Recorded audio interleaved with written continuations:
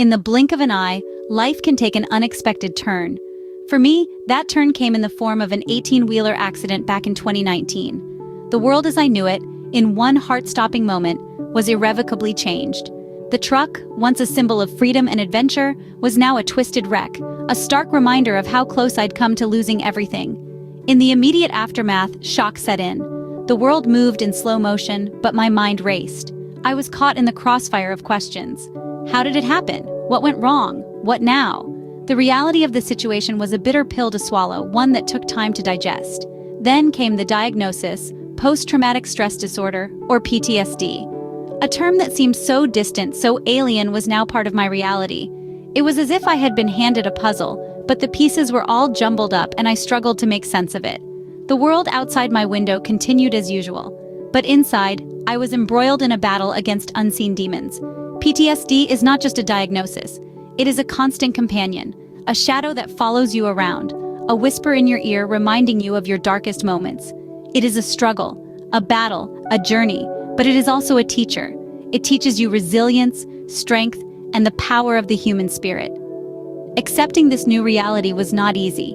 There were days when the weight of it all threatened to crush me, but every day I chose to stand up. I chose to face the demons, to fight, to keep moving forward, because sometimes the only way out is through.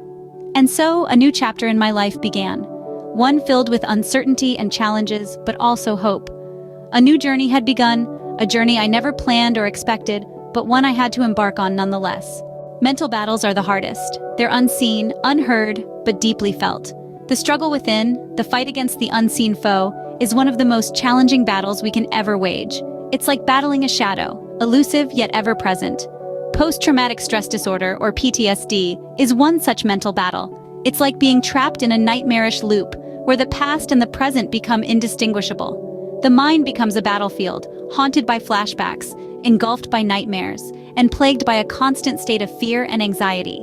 It feels as if the ground beneath your feet is constantly shifting, leaving you in a perpetual state of imbalance. The nightmares were terrifyingly real. They were not just dreams. They were vivid, painful reruns of the traumatic event. They would jolt me awake, leaving me shaking, sweating, and gasping for breath. The flashbacks were no different.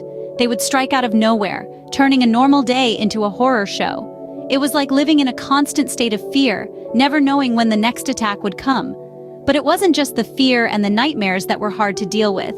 It was the isolation, the feeling of being misunderstood, the difficulty in explaining to others what was going on inside my head. It's hard to articulate the chaos that PTSD brings. It's hard to make others understand the internal turmoil that it causes. PTSD is like a silent scream, a cry for help that only you can hear. It's a struggle to maintain a semblance of normalcy, to not let the turmoil within spill out. But it's also a struggle to reach out, to ask for help, to admit that you're not okay. The battle within was not just against the symptoms of PTSD, but also against the stigma, the misconceptions, and the lack of understanding. It was a silent war within, one that seemed never-ending. But remember, every battle is a stepping stone, every struggle a chance to grow stronger. And in this silent war, every small victory counts. It was a silent war within, one that seemed never-ending. Reaching out for help isn't a sign of weakness, but a testament of strength. There's a certain courage required to admit when we're not okay, when the burdens we carry are too heavy to bear alone. In my journey through PTSD, I found that courage. It was a quiet strength, a silent resolve that led me to seek professional help. Initially, I hesitated. I was apprehensive, unsure. There's a stigma surrounding mental health, an unspoken taboo that adds to the fear of reaching out. But I realized something crucial. I was not alone in this fight. There were professionals, experts, who had dedicated their lives to help people like me. So I took a leap of faith. Finding the right therapist wasn't an immediate process. It was akin to a journey of discovery, of trial and error, of finding the right fit. Each therapist has their own approach, their own style. And it's important to find someone who you can trust, someone who understands your story. It took time and patience, but eventually I found a therapist who resonated with me. Accepting the situation was another challenge. It's easy to deny reality, to pretend that everything's okay. But acceptance is the first step towards healing. It's acknowledging the pain, the fear, the uncertainty, and deciding to face it head-on. It's about taking control over your life instead of letting your circumstances control you. With acceptance came a sense of relief. It was no longer a battle I was fighting alone. I had someone guiding me, supporting me, reminding me of my strength, my resilience. It wasn't an easy road, but it was one that led to recovery. And so, seeking help was more than just a decision. It was a commitment, a pledge to myself that I was worth fighting for. It was a promise to not let my past define my future, to not let my struggles steal my joy. It was a journey of self-discovery, of finding strength in adversity, of learning to embrace my scars as badges of courage. Finding help was the first step towards reclaiming my life. Healing is not a straight line, it's a road filled with ups and downs.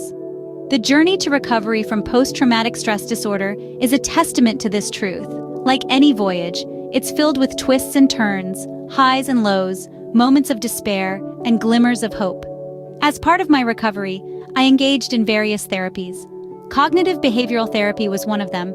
It was challenging, yes, but it helped me understand and change thought patterns that led to harmful behaviors or feelings of distress. Eye movement, desensitization and reprocessing, or EMDR, was another. It was a unique experience, to say the least. Imagine reprocessing traumatic memories while focusing on an external stimulus. It seemed odd at first, but it helped me to change how I react to memories of my trauma. However, the road to recovery wasn't without its setbacks. There were days when the smallest triggers would spiral me back into anxiety and fear. A loud noise, a sudden movement, even the smell of diesel fuel, they all brought back the chilling memories of the accident in vivid detail. Those were the days when it seemed like progress was a distant dream. But then there were also the small victories. The first time I was able to drive again, even if it was just around the block. The first time I slept through the night without any nightmares. The first time I could talk about the accident without breaking down. These moments, no matter how small they seemed, were proof that I was moving forward, that I was regaining control over my life. Learning to cope with the triggers and manage the symptoms wasn't an overnight process. It was a slow and steady journey, filled with a lot of learning and unlearning, a lot of patience, and a whole lot of self-love. But every day I became a little bit stronger, a little bit more resilient. Every step forward, no matter how small, was a victory in the battle against PTSD. Every experience, good or bad, holds a lesson to be learned. Let's take a moment to reflect on this incredible journey, the journey of transforming pain into power, of finding strength in adversity. It's been a roller coaster ride, filled with ups and downs, twists and turns, but every bump along the way held a valuable lesson. One of the most profound lessons learned is the power of resilience. Resilience isn't about bouncing back to where we were before, but rather about bouncing forward, stronger and wiser. It's about acknowledging the struggle, yet not allowing it to define us. It's about falling 7 times and standing up 8. This journey also underscored the importance of seeking help. There's a common misconception that asking for help is a sign of weakness. On the contrary, it's a testament to strength.